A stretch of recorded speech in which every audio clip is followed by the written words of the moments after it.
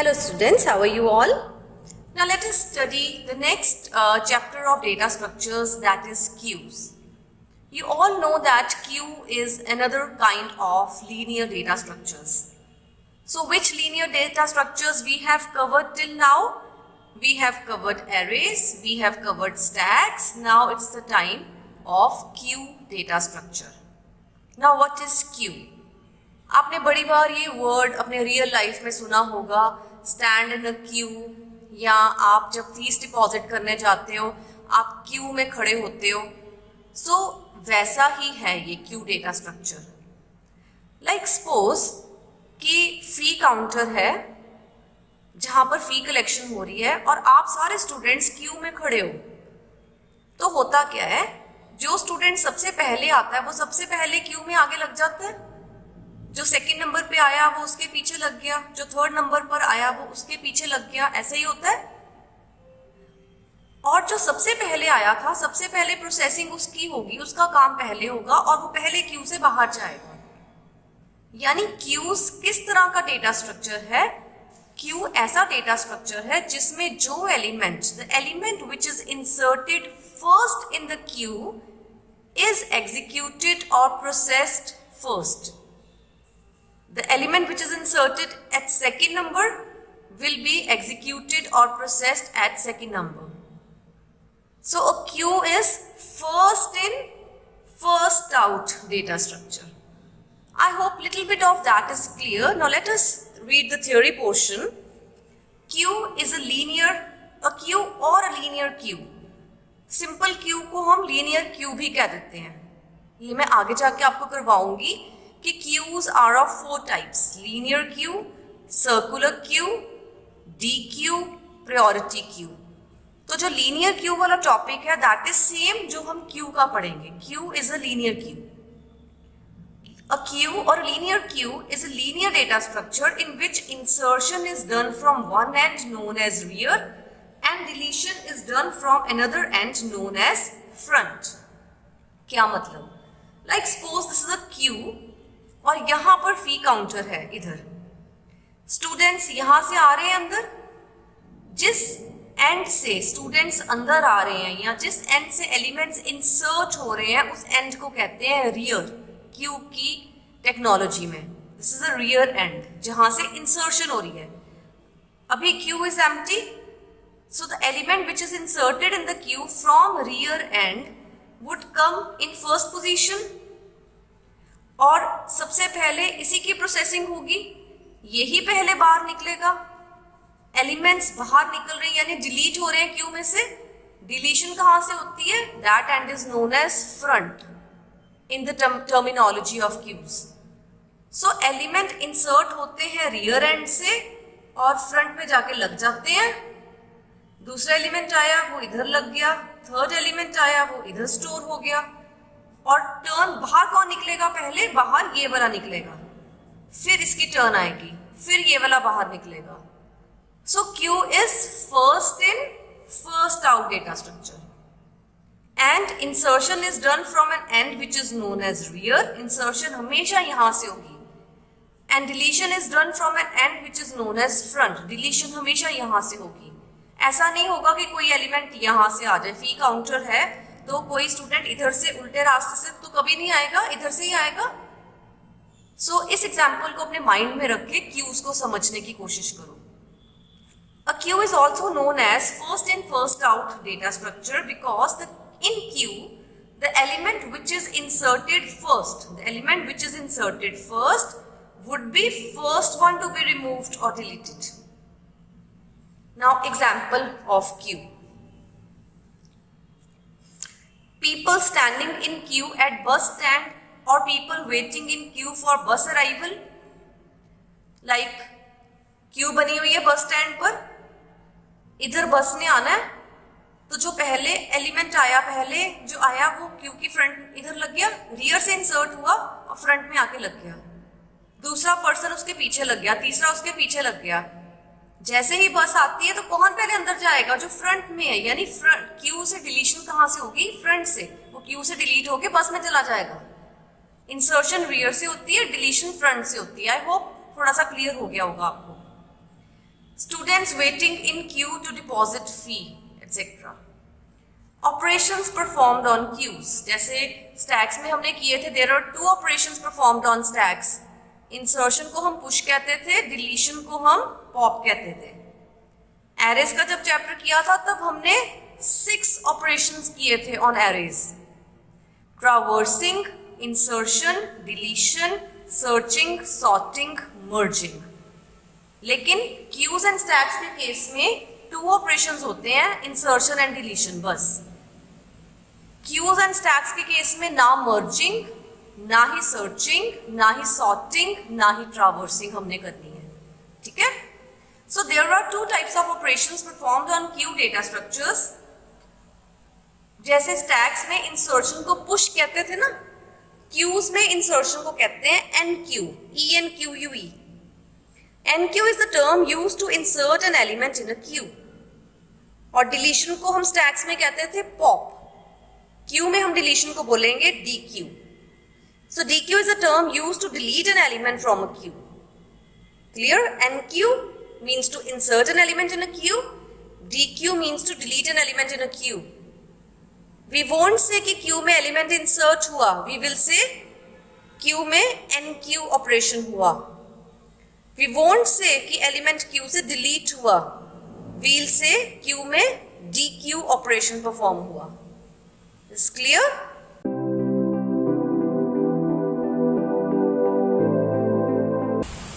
Next topic is memory representation of queue. Just like we did memory representation of stack, कि stack को memory में कैसे store करवाया जा सकता है, वैसे ही हमने queues के केस में पढ़ना है कि queues को memory में कैसे store करवाया जा सकता है. So बेटा same as that of stack, queues में भी हम एलिमेंट्स को मेमोरी में 2 वेज से स्टोर करवा सकते हैं, ईदर यूजिंग एरेज और using link list. And again मैं एरे रिप्रेजेंटेशन ऑफ क्यू आपको समझाऊंगी. लिंक रिप्रेजेंटेशन ऑफ क्यू अभी for the time being we'll skip, और उसको मैं कब करवाऊंगी, जब हम लिंक लिस्ट का चैप्टर करेंगे. Fine. So let us start array representation of queue, यानी क्यूज को मेमोरी में एरे यूज करके कैसे स्टोर करवाया जा सकता है, ये हमने पढ़ना है.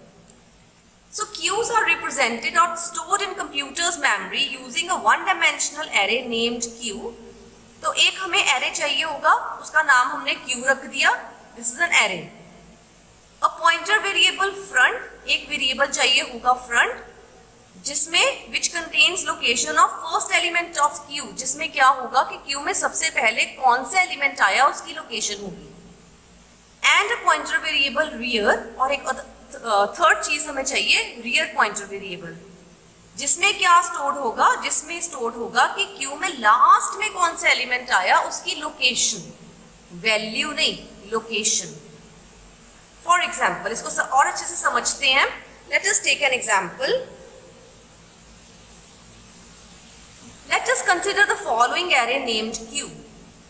ये एक Q array है. So this is Q of 1, Q of 2, Q of 3, 4, 5 and 6. Q array है ना, तो array के साथ index numbers होते हैं. So these are index numbers.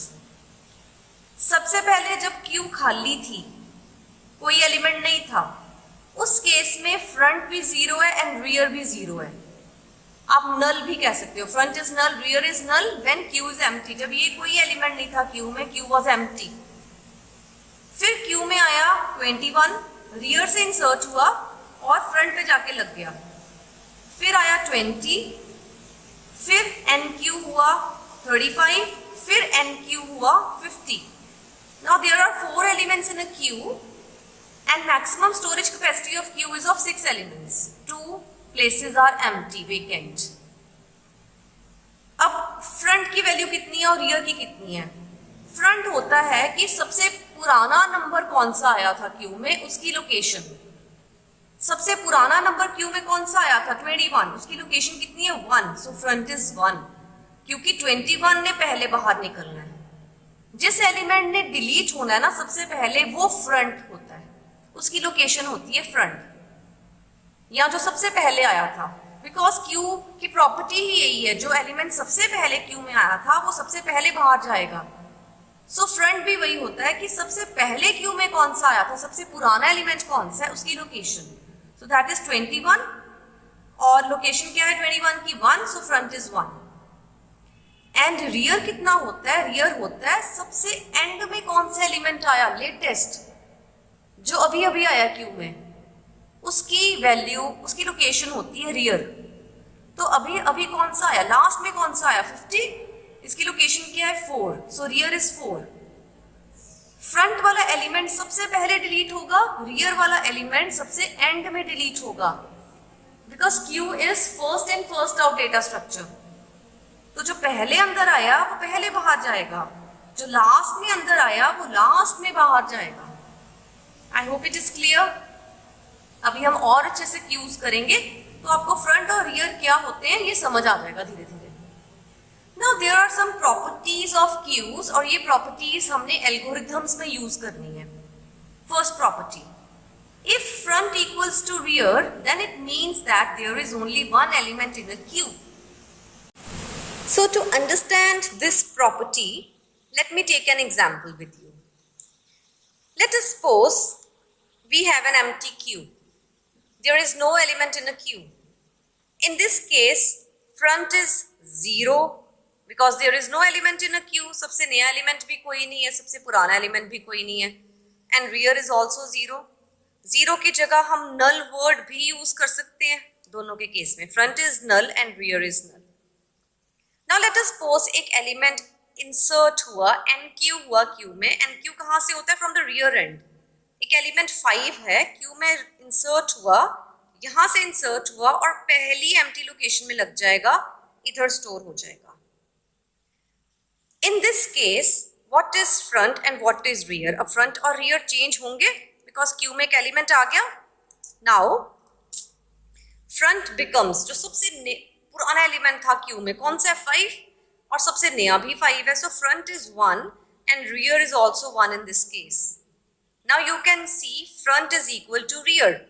तो यही हमारी प्रॉपर्टी थी कि जब भी फ्रंट और रियर बराबर होते हैं इट मीन्स क्यू में एक ही एलिमेंट है, क्योंकि वही फ्रंट है वही रियर है। और इसको आगे करते हैं। लेट अस सपोज क्यू में एक और एलिमेंट इंसर्ट हुआ 7, यहां से इंसर्ट होके इधर लग गया।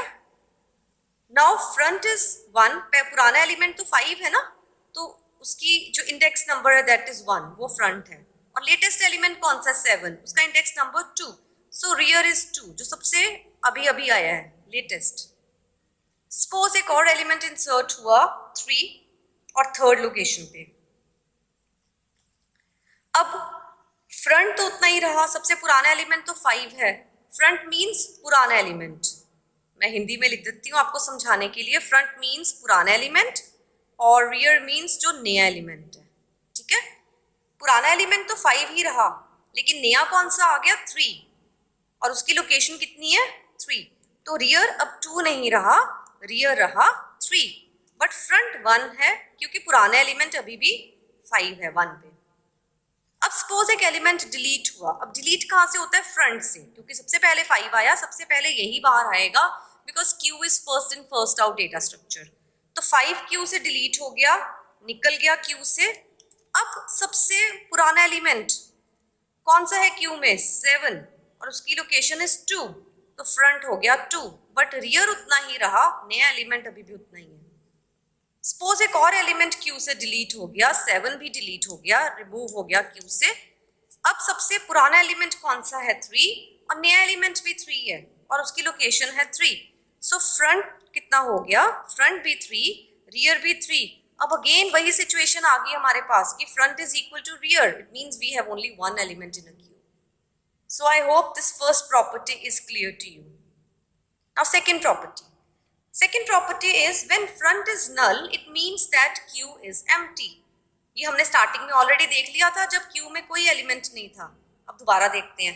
सपोज ये एलिमेंट भी डिलीट हो गया, ठीक है। अब Q में कोई एलिमेंट नहीं है, तो फ्रंट और रियर की वैल्यूज कितनी होंगी, फ्रंट और रियर की दोनों की वैल्यूज होंगी नल।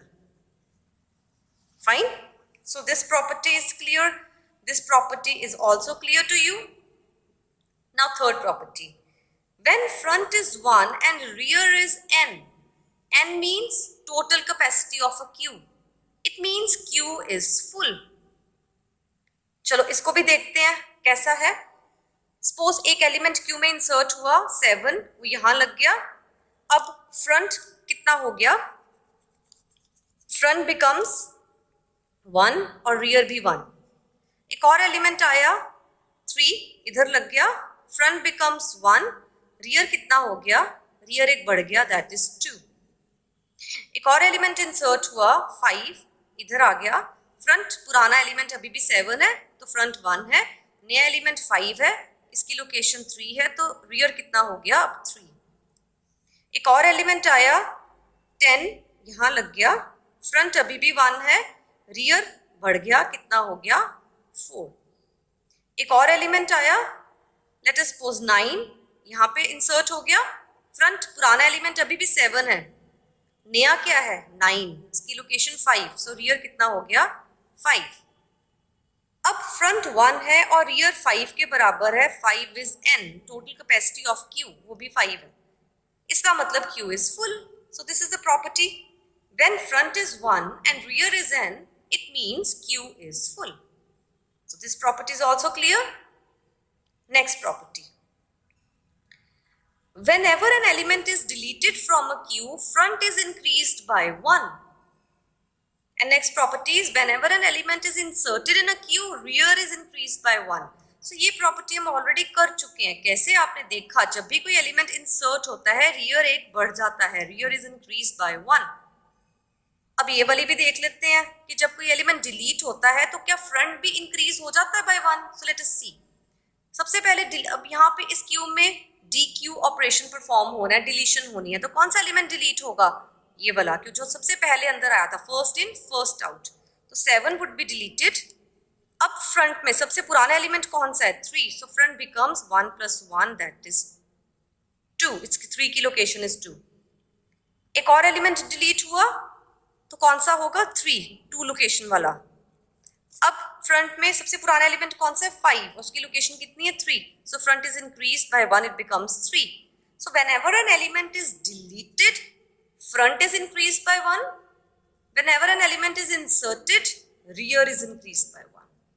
So I hope these 5 points are clear to you. Now next are the algorithms of insertion and deletion in a queue using arrays. Linear queue में insertion and linear queue में deletion arrays use करके. ठीक है. सो सबसे पहले linear queue में insertion कैसे करनी है? एरेज यूज करके, उसका एल्गोरिथम है. इंसर्शन को एन क्यू कहते हैं और क्यू हमारी लीनियर है. ये इसलिए मेंशन किया बिकॉज हम सर्कुलर क्यू जब करेंगे तो उसके भी इंसर्शन डिलीशन के एल्गोरिथम हमने करने हैं. सो this is an Q underscore linear. It means insertion operation हम पढ़ रहे हैं लीनियर क्यू के केस में. मैं आपको पैटर्न बता देती हूँ. फिर उसके बाद हम क्या पढ़ेंगे? उसके बाद हम पढ़ेंगे DQ अंडरस्कोर लीनियर, यानी deletion in a linear Q. ठीक है. उसके बाद we'll study there is linked list representation of queues, which topic we are going to skip for the time being क्योंकि हमने linked list अभी नहीं की. लिंक लिस्ट के बाद हम जो नेक्स्ट टॉपिक करेंगे that is types of queues. इसमें देखो लीनियर क्यू हमने पढ़ ली, जितनी हमने क्यू पढ़ी है दैट इज लीनियर क्यू, और उसमें हमने इंसर्शन डिलीशन ऑपरेशंस भी करेंगे, हम अभी करने वाले हैं. Then there is circular queue, then dequeue and priority queue, और इसके बाद चैप्टर ओवर हो जाएगा. जब सर्कुलर क्यू करेंगे, सर्कुलर क्यू सब जब सारा करेंगे तो इसमें देखो, इसमें भी हम सर्कुलर क्यू में इंसर्शन और डिलीशन करेंगे. तो उन एल्गोस का नेम क्या रखा है? एन क्यू सर्कुलर यानी insertion in circular, and dequeue circular यानी deletion in circular. I hope अब आपको क्लियर हो गया होगा कि हमने इस एल्गो का नेम एन क्यू लीनियर और डी क्यू लीनियर क्यों रखा. सो 4 एल्गोरिथम्स इस चैप्टर में करने हमने, only 4 algorithms. Enqueue linear, dequeue linear, enqueue circular, dequeue circular. Fine. तो इस चैप्टर में 4 एल्गोस हैं, बहुत लेंथी चैप्टर नहीं है ये. Now let us discuss this algorithm. Algorithm to perform insertion in linear queue using arrays. Insertion in linear queue. Fine. The name of the algorithm is NQ_linear and there are 5 parameters. First parameter is Q. Q क्या है? Q वो one dimensional array है जिसमें Q data structure के elements होंगे, जो अभी हमने यहाँ पे पढ़ा Q data structure, Q array. Front क्या है? फ्रंट वो वेरिएबल है जिसमें सबसे पुराने एलिमेंट की लोकेशन होगी. So let us read Q. It is one dimensional array which stores elements of Q data structure. Front stores the index number of the first element of a Q. Rear stores index number of the last element of the Q. Item contains value to be inserted in a Q, क्योंकि insertion का algorithm है तो item में value होगी जो हमने insert करनी है. And n contains total number of elements that can be stored in a Q. n क्या है कि Q में टोटल कैपेसिटी कितनी है? Clear? Now let us start the algorithm. First step, if front is 1 and rear is n. आपको मैंने property करवाई थी कि जब फ्रंट 1 है और रियर n है, इसका क्या मतलब है? इसका मतलब है कि सबसे पुराना एलिमेंट फर्स्ट पे पड़ा है और सबसे नया एलिमेंट nth लोकेशन पे पड़ा है, यानी Q इज फुल. जैसे हमने स्टैक्स में किया था कि अगर स्टैक फुल है तो हम नया एलिमेंट इंसर्ट नहीं कर पाएंगे स्टैक में. इसी तरह हमने Q में इंसर्शन करने से पहले चेक करना है हमेशा कि कहीं Q फुल तो नहीं है. अगर Q फुल है तो हम एलिमेंट कैसे इंसर्ट करेंगे Q में? Because there is no vacant space for that new element. We are not able to insert any element in that Q which is already full. So इसलिए हमने पहले check करना है कि क्या Q फुल तो नहीं है. अगर फुल है तो ओवरफ्लो का मैसेज प्रिंट करके एल्गोरिथम को वहीं एग्जिट कर दो. इंसर्शन परफॉर्म नहीं करनी क्योंकि होएगी नहीं. और अगर Q फुल नहीं है तो कंट्रोल सीधा फोर्थ स्टेप में आ जाएगा. ठीक है. सो ये स्टेप समझाने के लिए let me take an example. So clear. First step, अगर हमारी Q फुल नहीं है, फ्रंट 1 नहीं है या रियर n नहीं है, दोनों कंडीशंस ट्रू नहीं है, तब कंट्रोल सीधा फोर्थ स्टेप में आ जाएगा. जब Q में जगह है एलिमेंट को इंसर्ट करने की, लोकेशन है, वेकेंट लोकेशन है, तब कंट्रोल फोर्थ स्टेप में आ जाएगा. सो यहां से एक्सप्लेन करना शुरू करते हैं by taking an example. Step number 4 is if front equals to null, यानी Q अगर खाली है, like this example. In this example, you see Q is empty, so it means front भी null है, rear भी null है. Suppose item हमारी है इस एग्जाम्पल के केस में, जो एलिमेंट हमने इंसर्ट करना है दैट इज 7. ठीक है. तो अगर फ्रंट भी नल है, रियर भी नल है, तो क्या करो, फ्रंट को भी 1 कर दो, रियर को भी 1 कर दो. क्यों? क्योंकि इंसर्ट होने के बाद जब 7 इधर आ जाना है तो फ्रंट भी 1 हो जाना है, रियर भी 1 हो जाना है. अभी हमने एलिमेंट इंसर्ट नहीं किया Q में, हमने जस्ट फ्रंट और रियर को अपडेट किया है कि इंसर्शन के बाद फ्रंट और न्यू रियर क्या होने वाले हैं. ठीक है.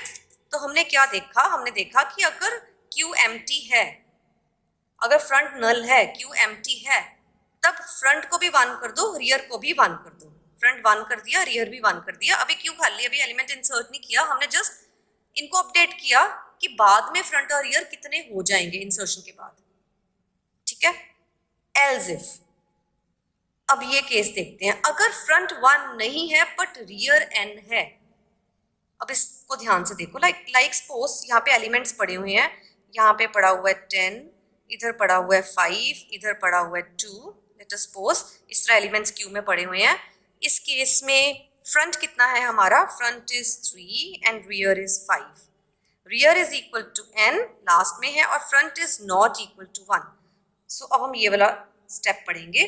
जब फ्रंट 1 नहीं है और रियर n है, अगर इस तरह की कंडीशन है हमारे Q की, हमने सारे केसेस डिस्कस करने हैं ना, कि अगर Q फुल है तो ये कर दो, अगर Q एम्प्टी है तो ये कर दो, अगर इस तरह की सिचुएशन है तब क्या करना है वो हम देखेंगे. Now see, this is very important step. और ये जो स्टेप है ना, ये लीनियर Q की लिमिटेशन भी है. अभी क्या है ध्यान से देखो. स्टेप इज कि अगर फ्रंट 1 नहीं है बट रियर n है, तो अब हमने आइटम इंसर्ट करनी है इस Q में. आपको पता है इंसर्शन हमेशा रियर एंड में होती है, यानी यहां पर जगह होती तो 7 इंसर्ट होता. Q में जगह तो है लेकिन फ्रंट साइड पर है, रियर साइड पर नहीं है. तो हम क्या करेंगे, हमें ये सारे एलिमेंट्स को ना फ्रंट की तरफ शिफ्ट करना पड़ेगा लाइक दिस। और ये शिफ्टिंग के ये स्टेप्स हैं, ये जो लूप है ना ये शिफ्टिंग की है। लेट अस सी ये लूप कैसे वर्क करती है। सो फिलहाल अभी एलिमेंट्स वहीं पर हैं जहां थे और फ्रंट 3 है, रियर 5 है। अब देखो ये स्टेप्स कैसे वर्क करेंगे। For i equals to front to rear by 1, एक हमने वेरिएबल लिया i, इसकी वैल्यू फ्रंट से लेके रियर तक जाएगी। सो 3 से लेके 5 तक जाएगी, यानी i की वैल्यू 3 होगी, 4 होगी, 5 होगी। Currently i is 3।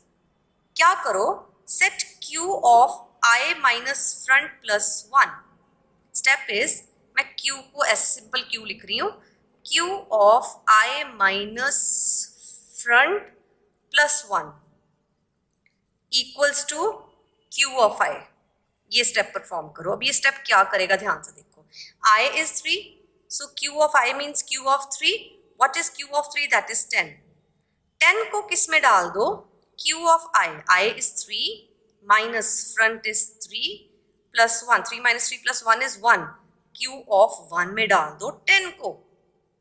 तो 10 यहां से रिमूव होके कहां चला जाएगा, वो चला जाएगा q of 1 में। फिर लूप चलेगी। अब i कितना हो जाएगा, 4। ये मैं आइटम इक्वल्स टू 7 को यहां से for the time being remove कर रही हूँ, ठीक है। अब i की वैल्यू कितनी हो गई, 4। फिर से लूप चली। अब क्या बना, q of i minus front plus 1, i is 4 now. तो इसको हम दोबारा लिख लेते हैं कि अब हमारा ये जो स्टेटमेंट है ये क्या बन गया। So let us see, q of i minus front plus 1 equals to q of i, यही स्टेप है। सो लेट अस सी, अब i की value is 4, so it becomes q of 4 minus front अभी भी 3 है plus 1 equals to q of i is 4। q of 4 कितना है, 5, यानी 5 को किस में डाल दो, 4 minus 3 is 1, 1 plus 1 2, q of 2 में डाल दो। सो 5 को यहां से हटा के हमने किस में डाल दिया, q ऑफ 2 में डाल दिया। फिर से लूप चली। अब i की वैल्यू कितनी है, 5। सो अब देखते हैं अब क्या बनेगा, q of i minus 1 plus i minus f plus 1, i is 5 equals to q of i यानी q ऑफ 5। q ऑफ 5 कितना है, q ऑफ 5 इज 2। सो 2 को किस में डाल दो, 5 minus 3 that is 2 plus 1 3, q of 3 में। सो 2 को यहां से हटा के q ऑफ 3 में डाल दो इधर। हो गई शिफ्टिंग सारे एलिमेंट्स की। सो फॉर लूप ने देखा कैसे शिफ्टिंग की सारे एलिमेंट्स की टुवर्ड्स फ्रंट, ठीक है। अब हमने रियर और फ्रंट को भी तो चेंज करना है ना, क्योंकि अब फ्रंट 1 हो गया, रियर 3 हो गया, बट चेंज कैसे करेंगे। नया रियर कितना बनेगा, पुराना रियर माइनस फ्रंट प्लस 2। सो पुराना रियर कितना है, 5, यहीं पे लिख देती हूं मैं, माइनस पुराना फ्रंट कितना है, 3 plus 2, 5 minus 2 is 5 minus 3 is 2, 2 plus 2 that is 4। सो नया रियर कितना कर दिया हमने, 4। अब न्यू रियर कितना हो गया, 4। आप कहोगे ये तो 3 है बट 4 क्यों किया, मैं अभी बताती हूँ। नेक्स्ट स्टेप देखो, फ्रंट को क्या कर दिया, 1, क्योंकि सबसे पुराना एलिमेंट अब 1 में है। रियर को हमने 4 क्यों किया, हमने सेट कर दिया कि जब 7 आइटम इक्वल्स टू 7 था ना, जब आइटम इक्वल्स टू 7 इसमें जाएगा तब रियर 4 हो जाएगा। तो हमने पहले ही सेटिंग कर दी, जैसे हमने यहाँ पर पहले ही सेटिंग कर दी थी। हमने एलिमेंट इंसर्ट नहीं किया था बट फ्रंट और रियर सेट कर दिए थे। ऐसे यहाँ पर हमने फ्रंट और रियर सेट कर दिए कि इंसर्शन के बाद कितने होंगे, अभी इंसर्शन नहीं की। फाइन। सो हमने ये कंडीशन भी चेक कर लिया, अगर क्यू खाली थी तब क्या करना है, अगर क्यू में एलिमेंट जगह है लेकिन रियर साइड पर है, फ्रंट पर नहीं है, तब शिफ्टिंग करनी है, वो भी हमने कर ली। और अदरवाइज यानी ना क्यू खाली है ना ही एलिमेंट्स रियर की तरफ हैं, जैसे कि सपोज ये वाली क्यू है करंटली, अगर इस तरह की कंडीशन है तब rear equals to rear plus 1 कर दो। अब ये कंडीशन क्या है, अब ये जो क्यू हम करंटली देख रहे हैं इसमें फ्रंट इज 1 रियर इज 3। अगर इस तरह की क्यू है, थर्ड केस, अगर इस तरह की क्यू है हमारे पास, तब नया रियर कितना कर दो, रियर प्लस 1 दैट इज 4, क्योंकि इंसर्शन के बाद अब नया रियर 4 होने वाला है। हमने हर केस में फ्रंट और रियर सेट कर दिए, ठीक है। और अब हम फाइनली इंसर्ट करेंगे, इंसर्शन का ये step, queue of rear equals to item, queue of rear यानी क्यू ऑफ 4 में क्या डाल दो, आइटम यानी 7। सो इस तरह हमने लीनियर क्यू में आइटम को इंसर्ट किया by considering different possible cases, कि अगर क्यू भरी हुई है, फुल है, तब हमने ओवरफ्लो लिख के वहीं पर एग्जिट कर देना है अपना एल्गोरिथम। अगर क्यू खाली है तो फ्रंट और रियर को 1 कर दो, बिकॉज इंसर्शन के बाद दोनों 1 होने वाले हैं। अगर क्यू में स्पेस है लेकिन रियर की तरफ है तो एलिमेंट्स को शिफ्ट कर दो, बट अगर ऐसा कुछ भी नहीं है तो रियर को एक इंक्रीज कर दो, बिकॉज हमने पढ़ा था ये स्टेप कि जब भी कोई एलिमेंट इंसर्ट होता है रियर इज इंक्रीज बाय 1। सो एक सिंपल क्यू है जिसमें इस तरह का कोई कॉम्प्लिकेटेड केस नहीं है, तो उस केस में जस्ट रियर को इंक्रीज कर दो बाय 1। सब कुछ कर दिया, एंड में हमने रियर जो भी है वहां पे इंसर्ट कर दिया item. So I hope this algorithm is clear to you. इस एल्गोरिथम में एक चीज नोट की होगी आपने कि जब ऐसा केस होता है कि एलिमेंट्स रियर की तरफ हैं, क्यू में स्पेस है लेकिन वो फ्रंट की तरफ है, लेकिन हमें हमेशा स्पेस चाहिए होती है रियर की साइड पे ताकि हम एलिमेंट्स को इंसर्ट कर सकें। रियर की साइड पर एलिमेंट्स पड़े हैं, फ्रंट की साइड पर स्पेस है। ऐसा क्यों हुआ? क्योंकि जब क्यू फुल थी तो फ्रंट में से कुछ एलिमेंट्स डिलीट हो गए, बाकी डिलीट नहीं हुए, जिसके कारण फ्रंट पर जगह बन गई और रियर में एलिमेंट्स रह गए। बट हमें जब इंसर्ट करना है एलिमेंट तो हमें सारे एलिमेंट्स को शिफ्ट करना पड़ेगा towards front.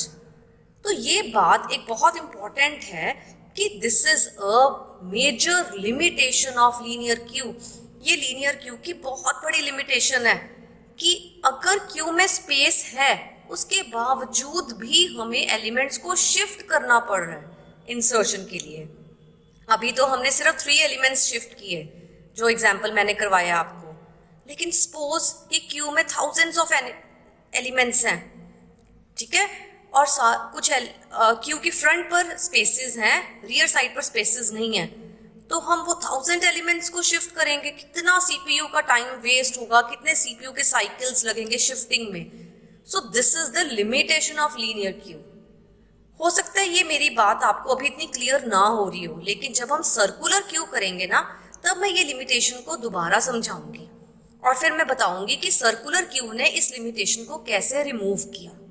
I hope it is clear. Now let us discuss the next algorithm of linear queue, that is deletion in linear queue. So the name of the algorithm is DQ_linear because we are deleting an element from a linear queue, and there are 5 parameters. Q is a one-dimensional array which stores elements of queue data structure. Front stores index number of first element of queue. मैं fast इसलिए करवा रही हूँ क्योंकि already आपको पता है ये सब।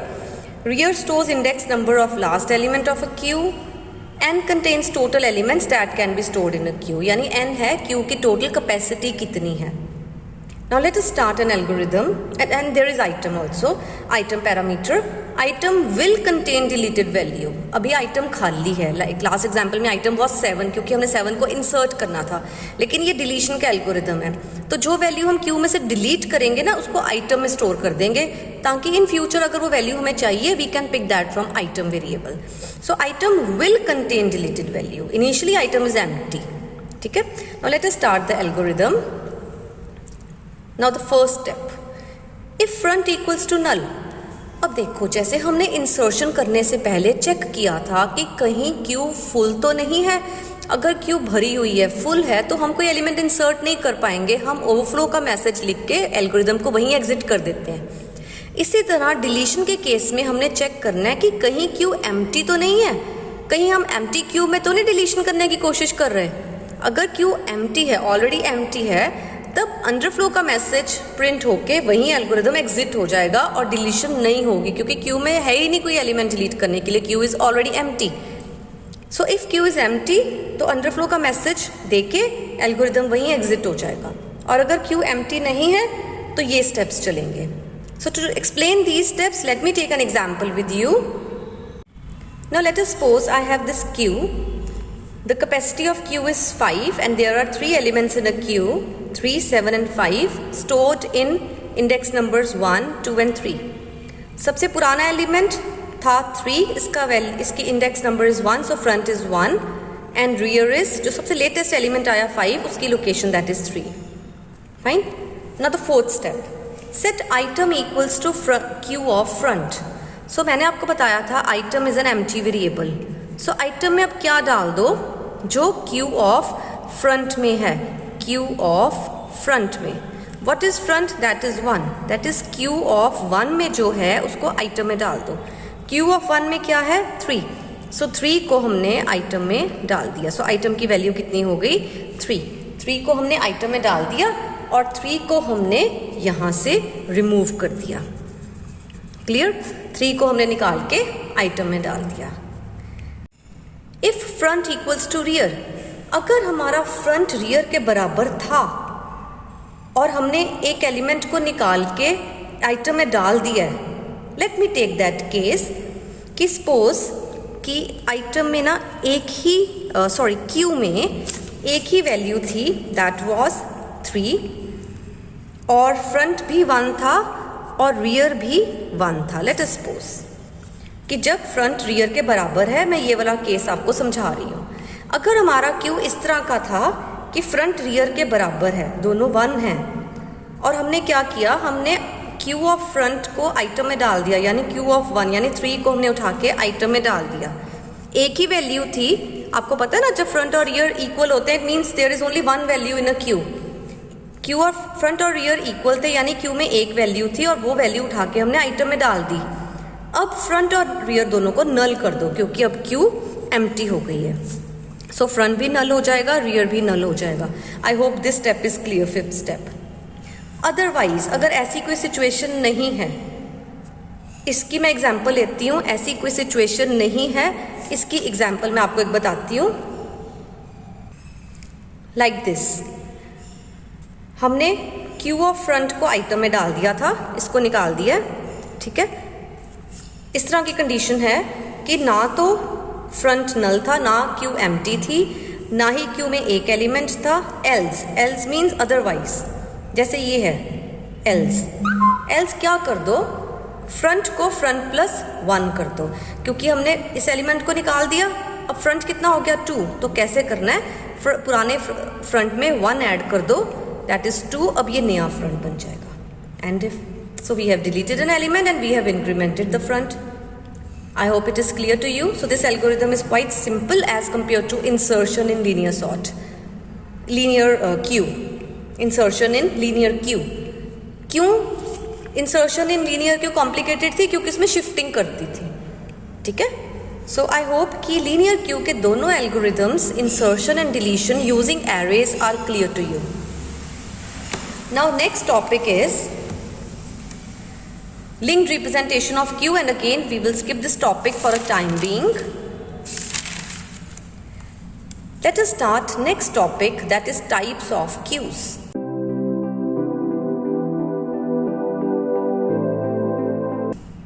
Beta, Qs are of 4 types: linear, circular, DQ and priority queue.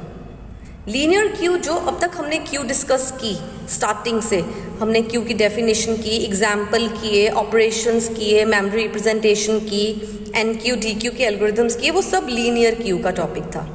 Q और linear Q R one and the same thing. Another type of queue is circular queue, जो हमने अभी डिस्कस करनी है. Then we'll discuss DQ, then we'll discuss priority queue. So next type of queue is circular queue.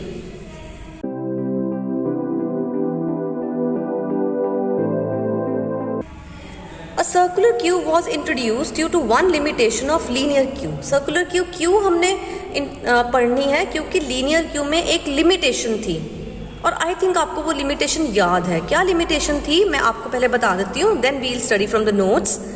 Linear queue में ये limitation थी कि अगर हमने लीनियर क्यू में कोई एलिमेंट को इंसर्ट करना है फ्रॉम रियर, लेकिन क्यू में स्पेसेस हैं बट वो फ्रंट साइड पर हैं, रियर साइड पर कोई स्पेस नहीं है, तो हमें क्या करना पड़ता है, सारे एलिमेंट्स को शिफ्ट करना पड़ता है towards front. And this shifting waste lots of CPU cycles and it shows an inefficient execution of program. वो अच्छी चीज़ नहीं है शिफ्टिंग, वो वेस्ट कर रही है CPU साइकिल्स. तो ये लिमिटेशन थी लीनियर क्यू की. Now let us discuss that limitation. Suppose that we want to insert an item in a linear queue where rear equals to n and front is not equal to 1. जैसे कि ये Q है, इस Q में देखो rear कितना है 7, which is equal to rear कितना है 7, यानी लास्ट एलिमेंट 7 पे पड़ा है, front is 3 which is not equal to 1, यानी पहला एलिमेंट 3 में पड़ा है और हमने एक नया एलिमेंट सपोज 27 इंसर्ट करना है क्यू में, लेकिन रियर साइड पे इंसर्ट होता है ना, इधर होगा, इधर जगह नहीं है, क्यू में स्पेस है लेकिन फ्रंट साइड पे है. तो what we'll do in linear queue, we'll shift all the elements towards front ताकि न्यू जो क्यू बन जाए वो इस तरह की बन जाए. 30 इधर आ गया, 42 सेकेंड लोकेशन पर आ गया, 57 थर्ड पर आ गया, 89 फोर्थ पर आ गया और 12 फिफ्थ लोकेशन पे आ गया. और जो दो वेकेंट स्पेसेस फ्रंट की साइड पर थी, अब वो दो वेकेंट स्पेसेस रियर की साइड पे, and we can easily insert 27 now here. But this shifting is very expensive. So let us read. Suppose that we want to insert an item in a linear queue where rear equals to n and front is not equal to 1. This is not possible in a linear queue until we shift the entire queue elements towards the front.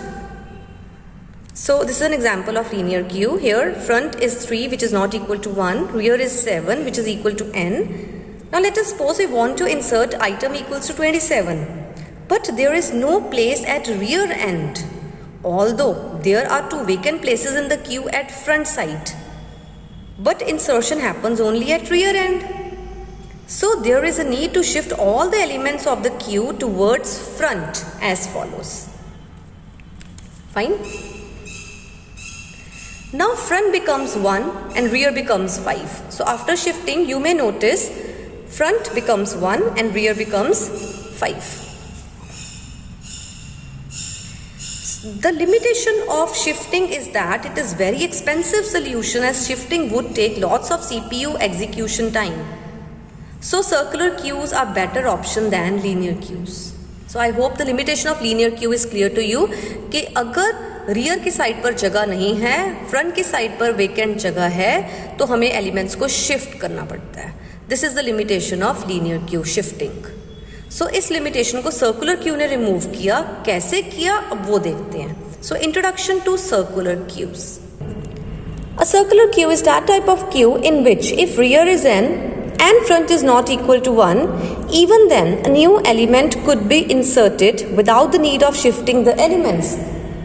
So हमने देखा कि linear queue में क्या होता है. Linear queue में अगर इस तरह की सिचुएशन हो लाइक दिस कि रियर n के बराबर है, like last element is present at nth position and front is not equal to 1, it means there are few spaces at front side but there is no vacant space at rear side.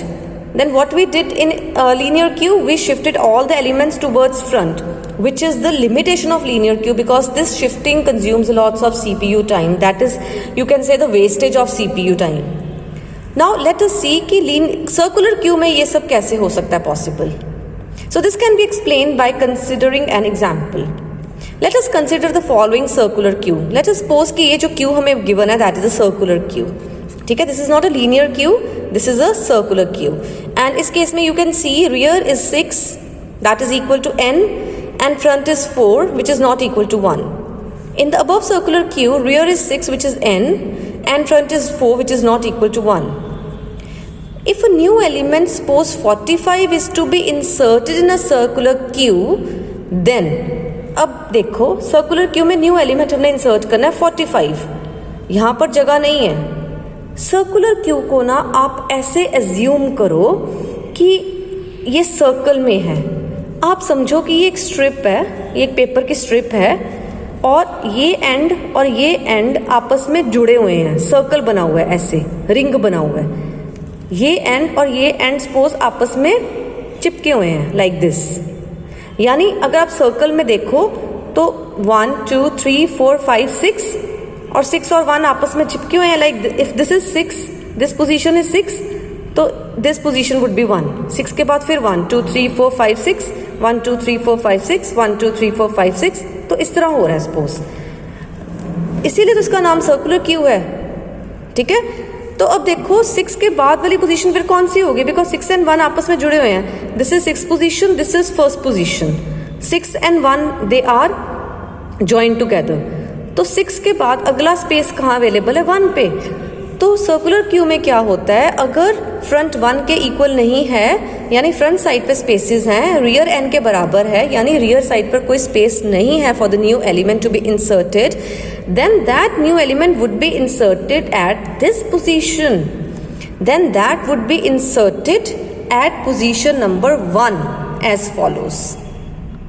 अब 45 यहाँ पर insert होएगा. क्यों? क्योंकि ये circle में है Q, ये दोनों आपस में ज्वाइन किए हुए हैं. ठीक है, 6 के बाद सीधा 1 आ जाता है, देन 2 3 4 5 6, फिर 1 2 3 4 5 6 ऐसे है, सर्कल में है. अब देखो, अब है कि फ्रंट और रियर क्या होंगे. आपने हमेशा माइंड में ये रखना है कि फ्रंट वो इंडेक्स नंबर है या वो लोकेशन है उस एलिमेंट की जो सबसे पुराना है. सबसे पुराना क्या है, 31. सो फ्रंट 4 है. और रियर उस एलिमेंट की लोकेशन है जो सबसे लेटेस्ट आया है, सबसे न्यू आया है, that is 45. So rear is 1. ठीक है, so here front is 4, rear is 1, क्योंकि सबसे लेटेस्ट एलिमेंट आया है 45, that is rear. Rear is 1. अगर अब कुछ और ऑपरेशंस हम परफॉर्म करके देखते हैं सर्कुलर क्यू की वर्किंग कैसे होती है. हमने इंसर्ट करना है 22, तो 22 कहाँ इंसर्ट होगा, यहाँ पर 2 लोकेशन पे. So front remains 4, rear becomes 2. एक एलिमेंट डिलीट करना है. डिलीशन कहाँ से होती है, हमेशा फ्रंट से होती है. सबसे पुराना एलिमेंट डिलीट होगा. सबसे पुराना कौन सा, 31. सो ये डिलीट होगा. So front becomes 5, rear remains 2. थोड़ा थोड़ा क्लियर हो रहा है सर्कुलर क्यू की working. Now let us see few more operations on circular queue ताकि आपको इसकी वर्किंग अच्छे से क्लियर हो जाए. हमने फिर से डी क्यू करना, फिर से एक एलिमेंट को डिलीट करना है. कौन सी वाली, इस क्यू में से जो अभी हमने देखी है. तो कौन सा पुराना एलिमेंट है, दैट इज 40. सो ये एलिमेंट डिलीट होगा. So front becomes 6 and rear remains 2. So see, front becomes 6 and rear remains 2. फिर से एक एलिमेंट डिलीट करना है, तो सबसे पुराना कौन सा, 70, ये डिलीट होगा, ये डिलीट हो जाएगा. सो अब फ्रंट क्या होगी, नाउ फ्रंट इज 1, सबसे पुराना एलिमेंट अब 45 है, और रियर कितना है, 2. देखा सर्कल में कैसे मूव हो रहा है, यानी जब रियर n था तो अगला रियर क्या हो जाता है, 1 इंसर्शन के बाद. और जब फ्रंट n था तब डिलीशन के बाद अगला फ्रंट क्या हो जाता है, 1. आपने बस ये चीज माइंड में रखनी है कि front which always represents that element which was inserted first in the queue, जो सबसे पुराना है, which is the oldest element in the queue. और rear represents the location of that element which is latest, जो सबसे नया है. ठीक है, so this example shows how circular queue works. I hope it is clear. Now the algorithms of circular queue. हमने linear queue में N Q D Q पढ़े थे ना. Now it's the time to understand the algorithms of insertion and deletion in case of circular queue. मैं compare करवाऊंगी साथ साथ में दोनों एल्गोरिदम्स. आप देखोगे काफ़ी सिमिलर हैं, लेकिन कुछ डिफरेंस तो है ही ऑफ कोर्स लीनियर और सर्कुलर क्यू की वर्किंग में. सो एल्गोरिदम्स में भी डिफरेंस होगा. सो let us study. So, algorithm to perform NQ in circular queue, insertion in circular queue. The name of the algorithm is NQ underscore circular, and there are 5 parameters. Number 1, queue. Queue, it is one-dimensional array which stores the elements of queue data structure. Front, it stores the index number of the first element of the queue or the oldest element of the queue. Rear, it stores the index number of the last element of the queue or the latest element which is entered in the queue. Item, it contains value to be inserted in a queue, and n represents total number of elements that could be stored in a queue or storage capacity of a queue. Parameters मैंने फटाफट explain किए because हम already इनको explain कर चुके हैं in the previous algorithms. Now let us discuss the steps. So let me compare insertion, the algorithm of insertion in circular queue with algorithm of insertion in linear Q, this one. ठीक है, let me compare both this algorithms और आपको पता लग जाएगा कि difference कहाँ पर है और वो डिफरेंस क्यों है ये भी पता लग जाएगा।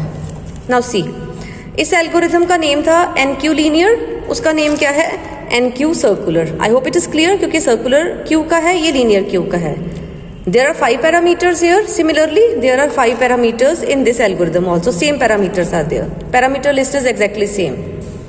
Not the first step of linear queue, it was कि क्यू हमने इंसर्शन करनी है, इंसर्शन करने से पहले हमने देखना है कि कहीं क्यू फुल तो नहीं है, क्योंकि अगर क्यू फुल है, there is no storage extra vacant capacity in the queue, then an new element can not be inserted.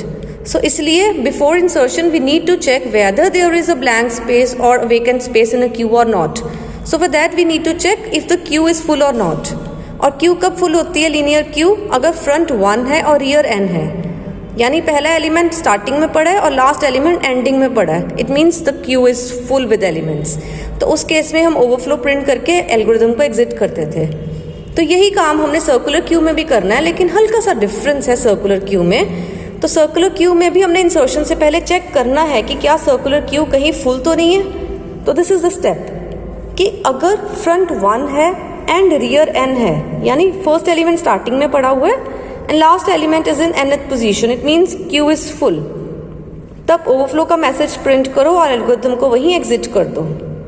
लेकिन सर्कुलर इतना था ना, लीनियर क्यू में इतना पार्ट था, सर्कुलर क्यू में एक कंडीशन और है क्यू फुल होने की, this condition. Let me explain you this condition by taking an example. Now see, first case में in both the cases the queue is full, हमें क्यू फुल दिख रही है, ठीक है।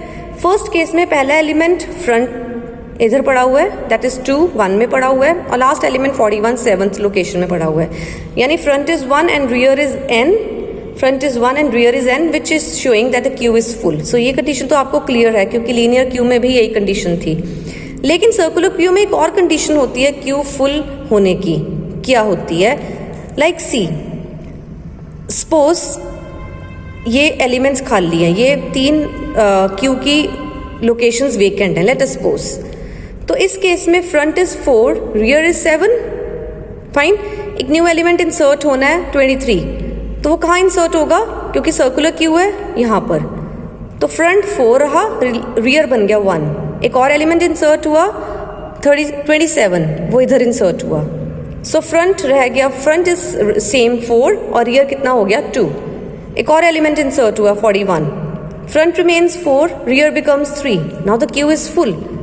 सो इस केस में क्यू फुल होने की क्या कंडीशन है? अगर हम रियर प्लस 1 करें तो फ्रंट आ जाएगा, कि रियर और फ्रंट साथ साथ हैं, पहले रियर है फिर फ्रंट है। Front is equal to rear plus 1, 4 equals to 3 plus 1, front equals to rear plus 1। So यही कंडीशन है कि अगर फ्रंट रियर प्लस 1 के बराबर है तब भी क्यू फुल है। उस केस में भी ओवरफ्लो का मैसेज प्रिंट कर दो और एल्गोरिथम को वहीं स्टॉप कर दो। क्यों? क्योंकि क्यू में कोई वेकेंट स्पेस नहीं है। So this example shows this condition. Okay, now अगर क्यू फुल नहीं है, ये दोनों चीजें नहीं हैं, तो कंट्रोल इफ में नहीं जाएगा, कंट्रोल सीधा 4th स्टेप में आ जाएगा। Now let us start discussing from this step. What is 4th step? If front is null, front equals to null का क्या मतलब? नाउ सी हियर, क्यू में कोई एलिमेंट नहीं है, तो इस केस में देखो queue, if queue is empty तो फ्रंट कितना होता है? Front is null and rear is also null because there is no empty element in a queue. तो इस केस में फ्रंट को क्या कर दो 1 और रियर को क्या कर दो 1। तो देखो यही स्टेप हमने लीनियर क्यू में भी किया था। If front equals to 1 then set front is null and rear is null. C,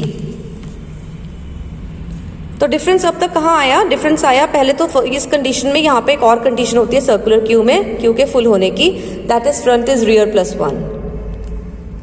4th step is exactly same, अगर फ्रंट नल है तो फ्रंट और रियर को 1 कर दो, अगर फ्रंट नल है तो फ्रंट और रियर को 1 कर दो। तो यहाँ तक सेम है, ठीक है।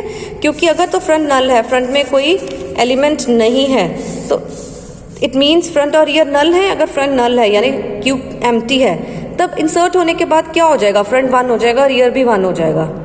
तो हमने एडवांस में ही, अभी हमने एलिमेंट इंसर्ट नहीं किया, हमने एडवांस में ही फ्रंट और रियर की सेटिंग कर दी कि इंसर्शन के बाद फ्रंट भी 1 होने वाला और रियर भी 1 होने वाला है, ठीक है। सो एल्स इफ, अगर ये वाली कंडीशन भी नहीं है, यानी क्यू फुल भी नहीं है, क्यू एम्प्टी भी नहीं है, अगर ये कंडीशन है, क्या कंडीशन है कि फ्रंट 1 नहीं है और रियर n है, याद है ये कंडीशन जिस केस में हमने इंसर्शन क्यू में शिफ्टिंग की थी। Let me take an example, यहाँ पर पड़ा हुआ है 16, इधर पड़ा हुआ है 10, इधर पड़ा हुआ है 8। In this case front is 4 and rear is 6 which is equal to n and front is not equal to 1। In this case अगर इंसर्शन लीनियर क्यू होती तब क्या करना पड़ता, हमें एलिमेंट्स को फ्रंट की तरफ शिफ्ट करना पड़ता, लेकिन ये सर्कुलर क्यू है और हमने पढ़ा है कि सर्कुलर क्यू ने लीनियर क्यू की इस लिमिटेशन को रिमूव कर दिया है। कैसे, न्यू एलिमेंट जो होगा वो यहाँ स्टोर हो जाएगा। सो अब इनको कंपेयर करते हैं, इसीलिए हमने क्या लिखा कि अगर इस तरह की कंडीशन है, फ्रंट 1 के बराबर नहीं है लेकिन रियर एंड के बराबर है, means there is no vacant space at rear end but there is a vacant space at front end, then store next element at rear equals to 1। तब हमने रियर को क्या अपडेट कर दिया, इंसर्शन होने के बाद रियर कितना हो जाएगा 1, फ्रंट तो वही रहेगा। इंसर्शन के बाद फ्रंट रियर क्या होंगे, अभी हम वो सेटिंग कर रहे हैं, अभी हम इंसर्शन नहीं कर रहे, हम सेटिंग कर रहे हैं कि फ्रंट और रियर इंसर्शन के बाद क्या हो जाएंगे। पहले हमने वो पॉइंटर सेट कर लिए, फिर हम इंसर्शन करेंगे। अब देखो डिफरेंस क्या है, ये वाला जो स्टेप है इस एल्गोरिदम का एंड जो प्रीवियस एल्गोरिदम हमने किया था लीनियर क्यू में, ये 7th step, front is not equal to 1 and rear equals to n, इसमें क्या डिफरेंस है, यही डिफरेंस तो बताइए कि सर्कुलर क्यू की क्या एडवांटेज है। सी, इस केस में क्या था, अगर फ्रंट 1 नहीं है और रियर n है तो हमें इतने सारे स्टेप्स करने पड़े थे शिफ्टिंग करने के लिए, लेकिन सर्कुलर क्यू ने क्या किया, इस स्टेप को कितना सिंपल कर दिया। अब इतने स्टेप्स की जगह हम सिर्फ एक स्टेप लिख रहे हैं कि रियर को 1 कर दो, दैट्स इट, शिफ्टिंग की जरूरत ही नहीं है। एंड एल्स, अगर इनमें से कोई कंडीशन नहीं है, इसमें भी else set rear equals to rear plus 1, जो नॉर्मली होता है कि इंसर्शन के बाद रियर एक इंक्रीज हो जाता है। सो इसमें भी वही है, set rear equals to rear plus 1 and if end last में हमने क्या किया होता है, हमने रियर पर आइटम को इंसर्ट कर दिया। तो यही काम हमने सर्कुलर क्यू में भी किया, हमने रियर पर आइटम को इंसर्ट कर दिया, ठीक है। अब डिफरेंस कहाँ कहाँ है मैं आपको मार्क कर देती हूँ, ताकि आपको जब आप इसको रिवाइज करो आपको इजीली पता लग जाए। एक तो ये स्टेप डिफरेंट है लीनियर और सर्कुलर क्यू में, ये स्टेप लीनियर क्यू में नहीं होता, सर्कुलर क्यू में होता है, ठीक है। Then another difference is in this step, so linear queue में इस स्टेप की जगह बहुत सारे स्टेप्स थे, फॉर की लूप थी और बहुत सारे स्टेप्स थे शिफ्टिंग करने के लिए, लेकिन सर्कुलर क्यू ने कितना इजी कर दिया, एग्जीक्यूशन टाइम कितना सेव कर दिया कि हमने शिफ्टिंग नहीं करनी, हमने अगला एलिमेंट 1 रियर पे सेव कर देना है। I hope it is clear. So ये दो डिफरेंसेस हैं बस, insertion in linear and insertion in circular queue के एल्गोरिथम्स में। Now let us discuss next algorithm to perform deletion in circular queue. हमने पहले किया था डिलीशन इन लीनियर क्यू, तो उसके साथ में आपको कंपेयर करवाऊंगी। जब लीनियर क्यू में डिलीशन किया था तो एल्गोरिथम का नेम रखा था DQ underscore linear and there were 5 parameters. See, ऐसे ही जब हम सर्कुलर क्यू में डिलीशन करेंगे, the name of the algorithm is DQ in circular queue and similarly there are 5 parameters, same parameter list is there. Now the first parameter Q is a one dimensional array which stores the elements of Q data structure, ये आपको clear है। Front it stores the index number of the first element of the Q, rear stores index number of the last element of the Q and contains total number of elements that could be stored in a Q and items will contain deleted value। यहाँ insertion और deletion में difference होता है कि item initially empty होगा, item में कुछ नहीं है, आइटम में जो हम वैल्यू डिलीट करेंगे क्यू में से उसको आइटम में स्टोर कर देंगे। सो डिलीशन सर्कुलर के पैरामीटर्स और डिलीशन लीनियर के parameters they are exactly same, ठीक है। अब स्टेप्स देखते हैं। लीनियर में स्टेप था अगर फ्रंट नल है यानी क्यू एम्प्टी है तो ओवरफ्लो प्रिंट करके एग्जिट कर दो एल्गोरिदम को।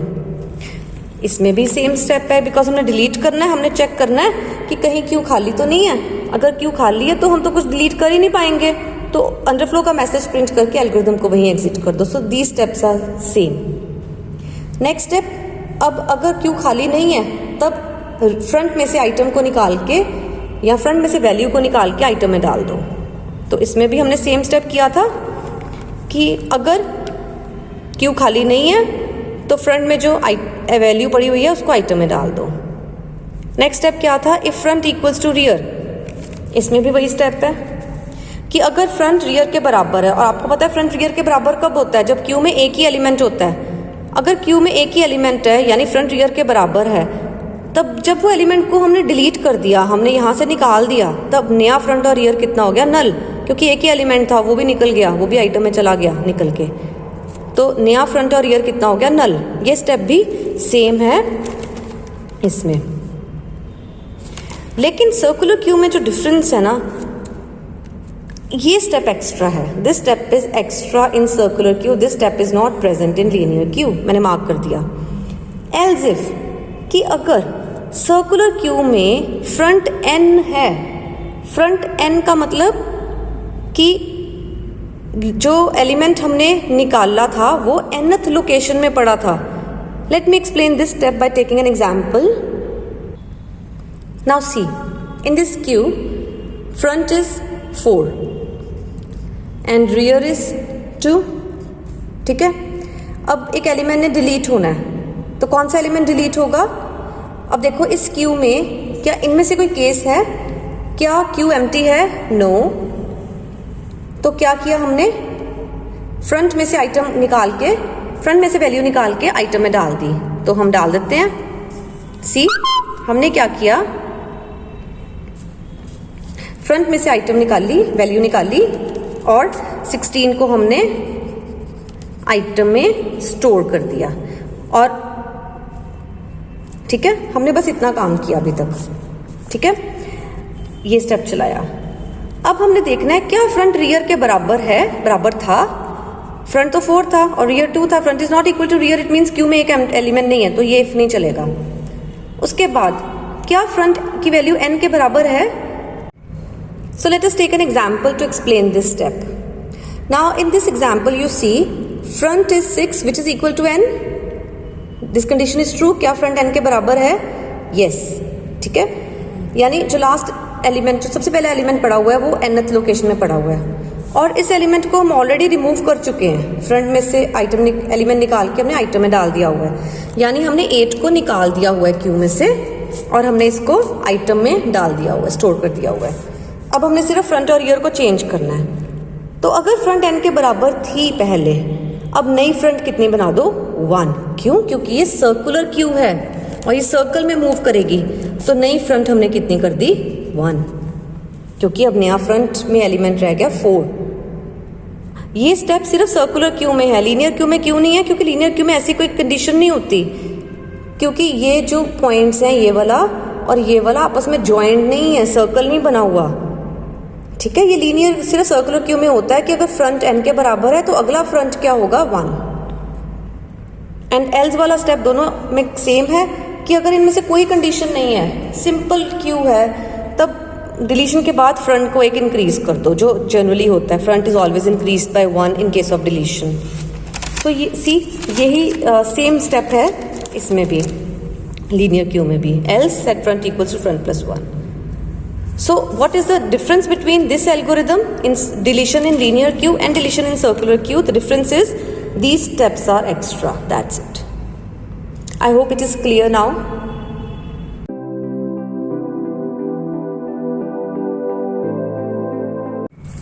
So after linear and circular queue, the next type of queue is DQ. एक बात नोट करो, जो हमने DQ ऑपरेशन किया था, which stands for deletion in a queue, उसके स्पेलिंग्स हैं DEQUE। ये जो थर्ड टाइप ऑफ क्यू है, इसके स्पेलिंग्स हैं DEQUEUE, यानी क्यू के आगे DE वर्ड लगा हुआ है। DE की फुल फॉर्म होती है डबल एंडेड, इसीलिए इसका नेम DQ है। सो इस चीज को मिक्स नहीं करना आपने, ठीक है। जो डिलीशन वाला DQ है उसके स्पेलिंग्स दे आर डिफरेंट, और जो थर्ड टाइप ऑफ क्यू है डी क्यू, उसके spellings they are different. So let us start the third type of queue, that is dequeue. A DQ is that type of queue in which elements can be inserted or deleted from both ends but not from the middle of the queue. हमने पढ़ा था कि जो Q होती है, linear Q या circular queue, हमेशा insertion rear से होती है और डिलीशन हमेशा फ्रंट से होती है. यानी insertion is always done from one and and deletion is always done from one and. लेकिन डी क्यू एक ऐसी स्पेशल टाइप की क्यू है जिसमें हम इंसर्शन भी दोनों एंड से कर सकते हैं और डिलीशन भी दोनों एंड से परफॉर्म कर सकते हैं. यानी ये FIFO वाला रूल फॉलो नहीं करती D Q. D Q is also known as double ended queue. A D Q does not follow FIFO rule. Now see the diagram, आपको और अच्छे से क्लियर हो जाएगा. This is a D Q. Here insertion can be done from both ends. हम यहाँ से भी एलिमेंट इंसर्ट कर सकते हैं, इधर से भी एलिमेंट इंसर्ट कर सकते हैं. Similarly deletion can be done from both ends. हम इधर से भी एलिमेंट डिलीट कर सकते हैं और लेट मी राइट डाउन, इधर से भी एलिमेंट को डिलीट कर सकते हैं. So deletion and insertion could be done from both ends but not from the middle. Middle से नहीं कोई एलिमेंट को इंसर्ट या डिलीट कर सकते. सो this is a D Q. Fine. Now D Q is of two types, further of two types. Number one, it is input restricted D Q. Name से ही पता लग रहा है, इनपुट रिस्ट्रिक्टेड, यानी वो डी क्यू जिसमें इनपुट एक एंड के टुवर्ड्स रिस्ट्रिक्टेड है. यानी इनपुट एक ही तरफ से हो सकता है, आउटपुट रिस्ट्रिक्टेड नहीं है. डिलीशन दोनों तरफ से हो सकती है. Input restricted D Q, it is that type of D Q in which deletion can be done from both ends but insertion यानी input can be done only from one end. That is, here input is restricted towards one end. Input एक ही तरफ से हो सकती है, insertion एक ही तरफ से कर सकते हैं, लेकिन deletion दोनों तरफ से कर सकते हैं. So see here, insertion could be done only from one end, but deletion could be done from both ends. Deletion हम दोनों end से कर सकते हैं because this is input restricted DQ. Input restricted है. So another is output restricted DQ. तो ये कौन सी होगी? ये वो वाली डी क्यू जिसमें आउटपुट रिस्ट्रिक्टेड है, यानी डिलीशन हम एक एंड से कर सकते हैं, आउटपुट हम एक एंड से ही रिमूव कर सकते हैं, एक एंड से ही आउटपुट ले सकते हैं. Output is restricted towards one and only, लेकिन इनपुट हम दोनों एंड से कर सकते हैं, इंसर्शन हम दोनों एंड से कर सकते हैं. So late me read. It is that type of D Q in which insertion can be done from both ends. Insertion दोनों एंड से हो सकती है, लेकिन डिलीशन एक ही एंड से हो सकती है. इसमें डिलीशन दोनों एंड से हो सकती थी, इंसर्शन एक एंड से, क्योंकि इस पे इनपुट रिस्ट्रिक्टेड है टुवर्ड्स वन एंड. इसमें output is restricted toward one and, like output एक ही एंड से निकलेगा, इनपुट दोनों एंड से हो सकता है. So I hope it is clear. So this is all about D Q. D queues के algorithms they are not in a syllabus. The last and the fourth type of queue is priority Q.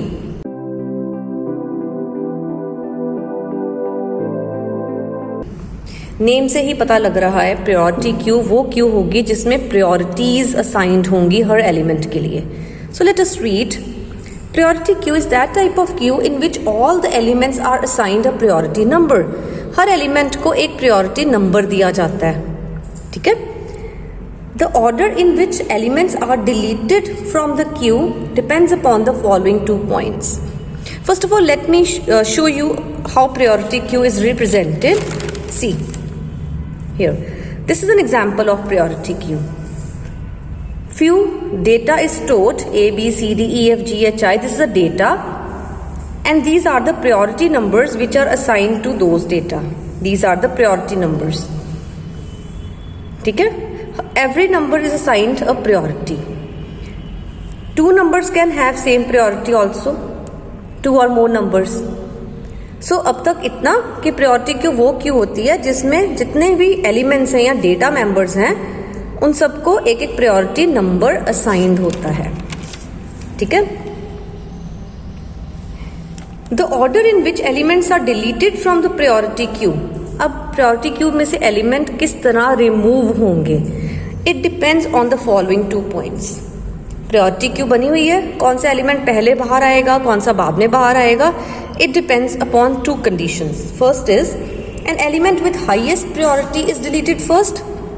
कि सबसे पहले जिस element की highest priority होगी ना, पहले उसको डिलीट करेंगे, फिर उसके अगले वाले प्रायोरिटी वाले एलिमेंट को डिलीट करेंगे, फिर उसके नेक्स्ट प्रायोरिटी वाले एलिमेंट को डिलीट करेंगे.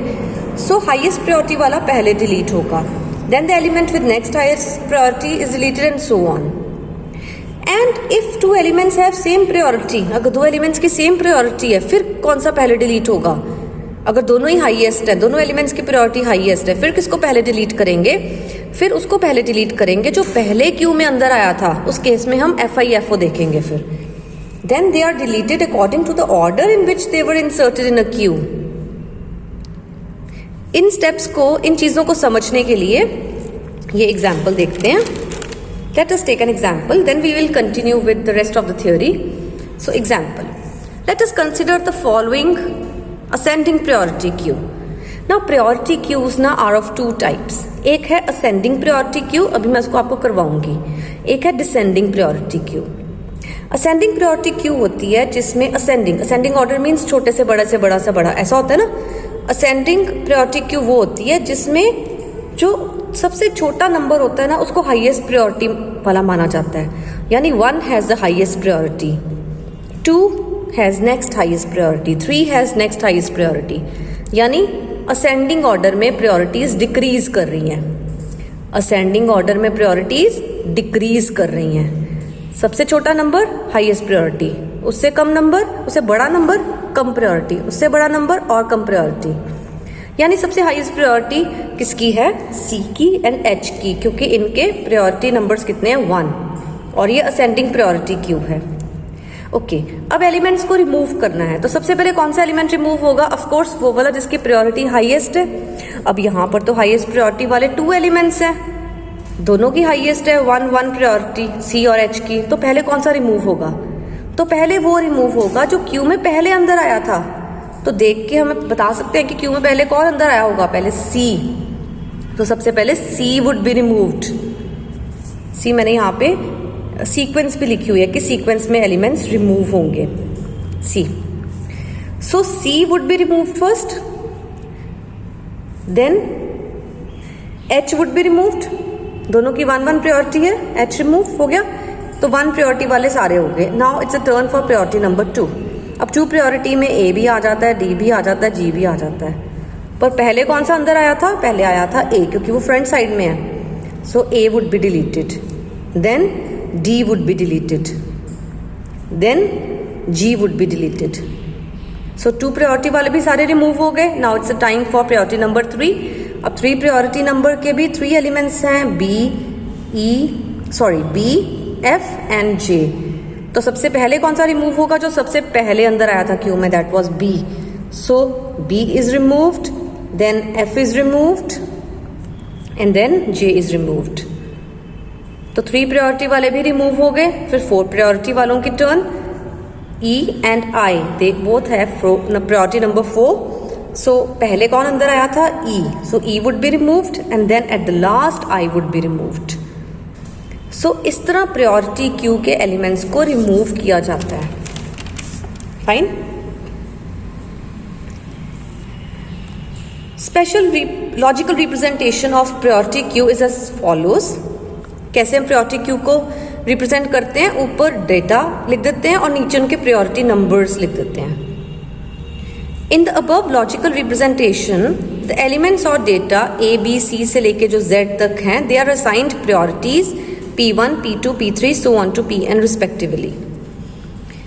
Priority queues are of 2 types, ascending priority queue and descending priority queue. I have already explained, so let me repeat once again. Ascending priority queue कौन सी होगी? जिसमें ascending order में priorities decrease हो रही हैं. यानी छोटे नंबर की हाईएस्ट प्रायोरिटी, उससे बड़े नंबर की कम प्रायोरिटी, उससे बड़े नंबर की कम प्रायोरिटी. So highest priority किसकी है? Smallest number की. So ascending priority queue is a priority queue in which element with the smallest key or smallest priority number has the highest priority. 1 has the highest priority, then 2. And in decreasing priority queue, decreasing में क्या होगा? जो सबसे छोटा number होगा उसकी सबसे कम priority, जो सबसे बड़ा नंबर होगा उसकी सबसे ज़्यादा priority. So descending priority queue is a priority queue in which the elements with the highest key or highest priority number has the highest priority. अगर ये क्यू जो हमने अभी दिखाई थी, अभी हमने स्टडी किया था जो एग्जाम्पल, अगर ये क्यू असेंडिंग प्रायोरिटी क्यू ना होती, डिसेंडिंग प्रायोरिटी क्यू होती, तो सबसे हाईएस्ट प्रायोरिटी हम देते 4 को, और ई पहले निकलता, रिमूव होता, फिर आई रिमूव होता, 4 वाले रिमूव हो गए, फिर 3 प्रायोरिटी वालों की टर्न, फिर बी पहले रिमूव होता, फिर एफ रिमूव होता, सो 3 के बाद 2 प्रायोरिटीज वालों की टर्न, फिर 1 प्रायोरिटी वालों की turn. So I hope little bit of it is clear. Now let me explain you the example once again. Let us consider the following ascending priority queue. So this is a ascending priority queue. It means smallest number has the highest priority. 1 has the highest priority. After inserting a new element, say j, with the priority 3 at the rear, the queue looks as. तो insertion कैसे होती है? Deletion तो हमने देख ली. Insertion कैसे होती है? Insertion हमेशा rear में होती है. इंसर्ट एलिमेंट्स रियर एंड में होते जाएंगे, लेकिन डिलीट किस हिसाब से होंगे? अपनी प्रायोरिटी नंबर के हिसाब से. ठीक है, सो हमने जे एक इंसर्ट किया एंड इसके बाद इसकी प्रायोरिटी नंबर 3 है, तो ऐसे इंसर्ट हो गया. सो इंसर्शन के टाइम पे कोई हमने कंपैरिजन्स नहीं करने किसकी प्रायोरिटी ज़्यादा है किसकी कम है, जस्ट वो एलिमेंट रियर साइड पे इंसर्ट हो गया. However deletion of an element is not as straightforward as the insertion, since it is an ascending priority queue, so the highest priority would be 1. As C and H are having highest priority, C and H, they are having highest priority, but C has been inserted before H, so C would be deleted or removed first, then H would be removed, and so on. The following sequence represents how elements would be deleted or removed from the above shown ascending priority queue. So I have already explained you this. So this was all about priority queue, and this is all about the chapter queue.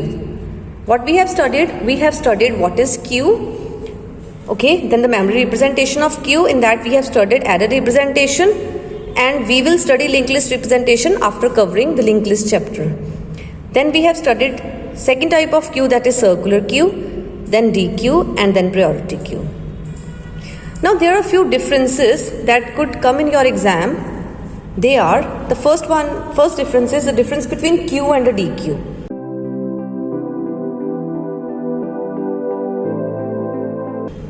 Queue means linear queue and a DQ. So DQ. In DQs, the elements can be inserted and deleted from both ends, that is from front as well as from rear. But in queue, elements are inserted from one end, which is known as rear, and deleted from another end known as front. ये आपको पता है कि DQ में हम दोनों side से insertion deletion कर सकते हैं, पर Q में एक साइड से ही करते हैं.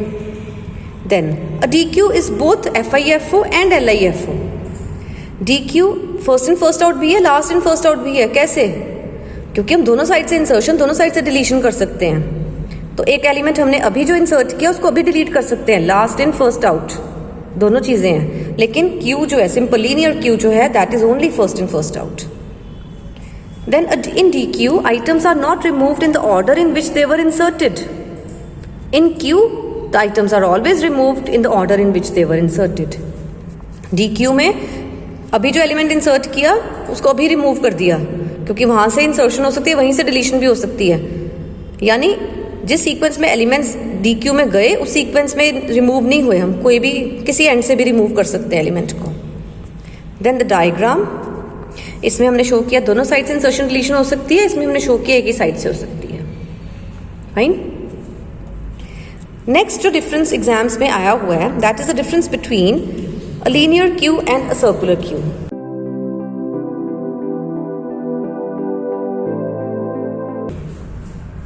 First point.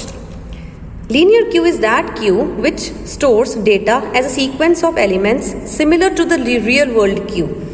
Linear queue, यहाँ जो queue है, जैसे real world में queue होती है, like students are standing in a queue to deposit the fee, or people are standing at the bus stand waiting for the bus arrival. जो real life queue होती है वही linear queue होती है. लेकिन a circular queue is that queue in which the last item connects back to the first item, forming a circle. आपको मैंने कहा था लास्ट एलिमेंट और फर्स्ट एलिमेंट ज्वाइंट होते हैं आपस में. ठीक है. It requires more memory for execution, it requires less memory for execution, it is less efficient, it is more efficient, क्योंकि ज़्यादा memory ले रही है तो less efficient होगी, कम memory ले रही है तो ज़्यादा efficient होगी. And fourth difference is वो वाला example जब front 1 नहीं है लेकिन rear n है, तो इस case में here if rear is n but front is not equal to 1, then to insert a new element we need to shift all the elements towards the front side of the queue. लेकिन circular queue में ऐसा नहीं है, circular queue में हमें shifting नहीं करनी, rather new element would be inserted at position number 1. Shifting waste CPU time, और यहाँ पे शिफ्टिंग होती ही नहीं है इसलिए सीपीयू साइकिल्स वेस्ट नहीं होंगे. Then the diagram, see 1 is connected back to 6. ठीक है. एंड द लास्ट जो आपके डिफरेंसेस एग्जाम्स में आ जाते हैं, that is very important, that is difference between queue and stack. Stack जो हमने पिछला चैप्टर पढ़ा था, वेरी इंपॉर्टेंट.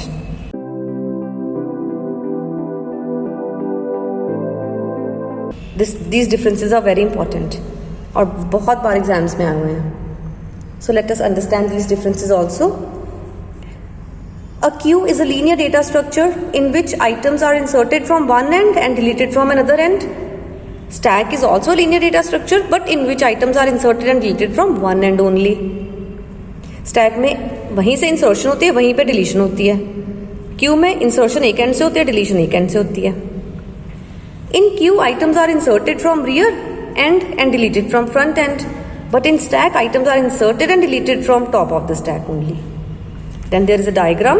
See, diagram गलत बन गई है, उल्टी बन गई है. ये डायग्राम इधर आनी चाहिए, ये इधर आनी चाहिए. आप अपने नोट्स में इनको करेक्ट कर लेना डायग्राम को. ठीक है, मैं एरो डाल देती हूँ. ये डायग्राम है स्टैक की और ये डायग्राम है क्यू की. ठीक है, आप करेक्ट करके इसको नोट कर लेना. So stack की diagram, insertion and deletion from one end which is known as top of the stack, and here top of the stack is 3, and diagram of deletion queue. तो इस queue में insertion is happening from rear and deletion is happening from front, and front is 1 and rear is 3. Then example of queue of people standing in ticket counter or queue of students standing for fee deposit. An example of stack of books, stack of coins. Next difference, in queue the element which is inserted first is the first one to be deleted. queue में जो element सबसे पहले अंदर गया वही सबसे पहले बाहर आएगा, लेकिन stack में the element which is inserted last is the first one to be removed. Queues are also known as first in first out इस reason के कारण, and stacks are also known as last in first out due to this reason. Next difference, in queues elements are obtained in same order as they were inserted. See, queue में एक queue है, सबसे पहले 2 insert हुआ, फिर 3 हुआ, फिर 4 हुआ. बाहर कैसे निकलेंगे? पहले 2 निकलेगा, फिर 3 निकलेगा, फिर 4 निकलेगा. So they are removed same order in which they were inserted. लेकिन अगर स्टैक है, पहले 2 अंदर गया, फिर 3 गया, फिर 4 गया, लेकिन रिमूव कैसे होंगे? पहले 4, फिर 3, फिर 2. So in stack the elements are obtained in reverse order in which they were inserted.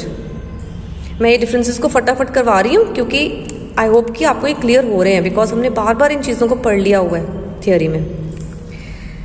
In queue, insertion is known as NQ operation and deletion is known as DQ. In stack, insertion is known as push and deletion is known as pop.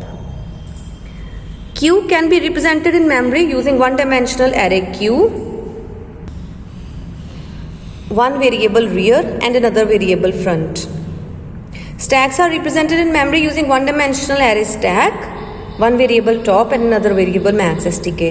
ये हम already array representations में पढ़ चुके हैं queue और stacks की. Next difference, in queue whenever an item is inserted, rear is increased by 1. You already know this. Q है, एक आइटम इंसर्ट हुआ तो रियर एक इंक्रीज हो जाएगी, और जब कोई आइटम रिमूव होगा तो फ्रंट एक इंक्रीज हो जाएगी. लेकिन स्टैक में अगर एलिमेंट इंसर्ट होगा, सी हियर इन क्यू, अगर कोई एलिमेंट, नाउ रियर इज 3, अगर कोई एलिमेंट इंसर्ट हुआ तो रियर हो जाएगा 4, इंक्रीज हो जाएगा. फ्रंट इज 1, अगर कोई एलिमेंट डिलीट हुआ तो फ्रंट हो जाएगा 2, फ्रंट इज इंक्रीज बाय 1. यानी इंसर्शन के केस में rear is increase by 1 and deletion के केस में फ्रंट इज इंक्रीज बाय 1, दोनों चीज़ें इंक्रीज होंगी हर बार। लेकिन स्टैक में अगर कोई एलिमेंट इंसर्ट हुआ तो top is increase by 1, but अगर कोई एलिमेंट रिमूव हुआ तो टॉप इज डिक्रीज बाय 1। ठीक है, तो यही है differences 11 and 12। Fine, and the last differences या last topic of this chapter, applications of queues and application of stack.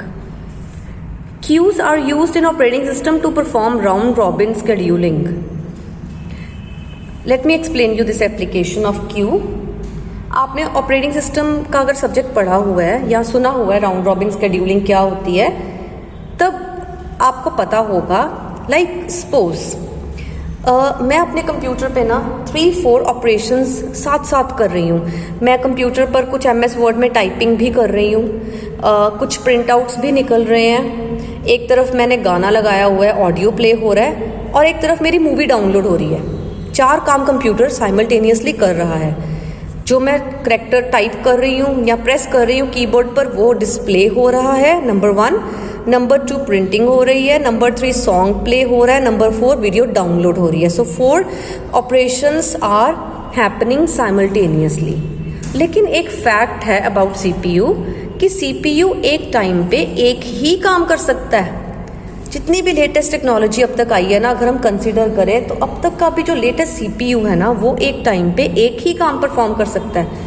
लेकिन हमारे केस में तो चारों काम साथ साथ हो रहे हैं। गाने में भी कोई ब्रेक नहीं आ रही, वो कंटिन्यूसली सॉन्ग प्ले हो रहा है, प्रिंटिंग भी हो रही है, और मूवी भी डाउनलोड हो रही है, और प्रिंटिंग और टाइपिंग भी हो रही है, सब कुछ इकट्ठा हो रहा है। लेकिन फैक्ट ये है कि कंप्यूटर का CPU एक टाइम पे एक ही काम करता है। तो वो कैसे करता है? एक क्यू है, क्यू में चारों टास्क लगे हुए हैं। सबसे पहले लगा हुआ है, मैं इसको आपको लिख के एक्सप्लेन करती हूँ, थोड़ा सा इजी हो जाएगा, कि क्यूज राउंड रॉबिन शेड्यूलिंग या ऑपरेटिंग सिस्टम में कैसे यूज होते हैं। Let us suppose there is a queue, ठीक है, और 4 टास्क हम परफॉर्म कर रहे हैं। एक हम टाइपिंग कर रहे हैं, एक हम प्रिंटिंग कर रहे हैं, एक हम वीडियो डाउनलोड हो रही है, और एक मैं ऑडियो प्ले कर रही हूँ। ठीक है, तो क्यू में ना 4 टास्क आके लग गए। सबसे फ्रंट में क्या है? टाइपिंग। तो क्या होगा, टाइपिंग की टर्न है, थोड़ी सी टाइपिंग होगी, for fraction of nano seconds typing होगी। ठीक है, और टाइपिंग होने के बाद टाइपिंग वाला टास्क क्यू में से निकल के क्यू के लास्ट में लग जाएगा, बाकी टास्क आगे शिफ्ट हो जाएंगे। अब फ्रंट में क्या है? प्रिंटिंग। थोड़ी सी प्रिंटिंग होगी, ये टास्क फिर एंड में लग जाएगा, बाकी आगे आ जाएंगे। फिर थोड़ी सी वीडियो प्ले होगी, डाउनलोड होगी, फिर थोड़ी सी ऑडियो प्ले होगी, फिर से typing, printing, video, audio, typing, printing, video, audio. Computer चारों काम थोड़े थोड़े करेगा और फटाफट दूसरे टास्क पे शिफ्ट हो जाएगा, फिर उसका हल्का सा काम करेगा, फिर फटाफट तीसरे टास्क पे शिफ्ट हो जाएगा। इस शिफ्टिंग को ना कंप्यूटर की टर्म्स में कहते हैं कंटेक्स्ट स्विचिंग।